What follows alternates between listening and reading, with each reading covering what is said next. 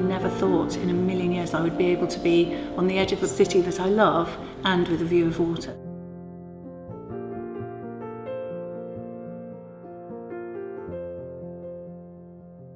I googled co-housing in Bristol and up popped Water Lilies straight away, and I thought, I think I saw this online a few years ago. It's an interesting site because there was an old reservoir on the site and not much else. And what we're doing is we're parking the cars inside the reservoir, we're putting a lid on it and a garden on top and the community hub, and then the houses are arranged around this garden square. And the great thing about that is the cars are completely out of the way. We've got 2 rows of terraces, upper terrace, which the houses are a bit larger, and the lower terrace. So they have the view of the estuary, and the upper terrace backs onto Blaze Castle Estate woodland. And on the side we've got the communal hub, and then we've got also detached and semi-detached houses. And then part of the upper terrace is 2 blocks of flats, so 6 flats in each block. One of the things that first attracted me to the Water Lilies project, apart from the ethos, was the way it had been designed in a really modern, clean but beautiful, sustainable, eco-friendly way. Everybody buys a plot of land, and then we and our construction company Dove build the foundations and then the shell, so the exterior of the houses, to the point that it's watertight. And then the people that own plots and houses, they do the inside themselves. I have never done anything like this in my life.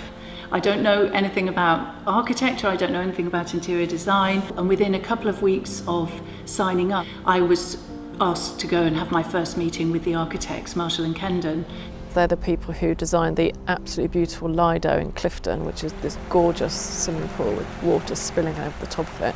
And Steffi is a member of the Lido and was just like, oh my God, I want these people to design my next project. So she got in touch with them, and fortunately they were free, and they've just designed the most beautiful project at Water Lilies. And they're artists, and it really shows. We had a really fantastic 2 hours, really intensive, just going through the plans of my plot, floor by floor. So what configuration should I have? How many bedrooms? Should I have a mezzanine? I mean, Bright Green Futures have put in a lot of work already. So, you know, we automatically have like an air source heat pump, and we have the solar panels on the roof, and they've kind of come up with the whole energy battery system and everything. So, you know, that's what's great. They've done so much work already, and then we get to kind of tweak things. Some people will be putting in their own flooring, making their own stairs and doing their own walls and internal doors. Some people will pay someone else to do that, whether that's different builders, they might pay Dove to do some of it. Some people might project manage it themselves and just get in electricians to do X, Y and Z and, you know, all the different trades. And some people might even get a project manager in to do it. All the things like applying for planning permission, that's just what we do. That was really challenging for people if you've never done it. I'm really happy the outside is already decided because it's done within the style of the whole development. The insides, on the other hand, I mean, it's up in the air. You could have a massive room on one floor and a tiny room in the corner, or you could have 3 or 4 different rooms. It's completely up to you. It's like having an empty shell of a doll's house and fiddling around with interior walls, which is quite fun. Scary, but fun. The houses are self-build, whereas the flats are a custom build. So the idea with that is we've done the basic layout in terms of where the internal walls are. But then customers have choices about, you could put your kitchen at one end of the open plan bit and your living room at the other end. And they can also choose from a range of kitchen surfaces. And Steffi, the founder, is going to be focusing on supporting the customers through that bit and really helping them to think about how does it feel. How much have you thought about your home in general at the moment, in terms of there's been a lot of construction happening and all the kind of... You mean the interior? Yeah, interiors. Roughly every 2 months we have a workshop, so we talk people through it and we speak about all the potential pitfalls and how to avoid them and how to make it just a really pleasant process and adventure. You could install it yourself, no problem, or you get somebody to install it who you know. It's a unit, and then there's some air pipes that going through your house. It's simple.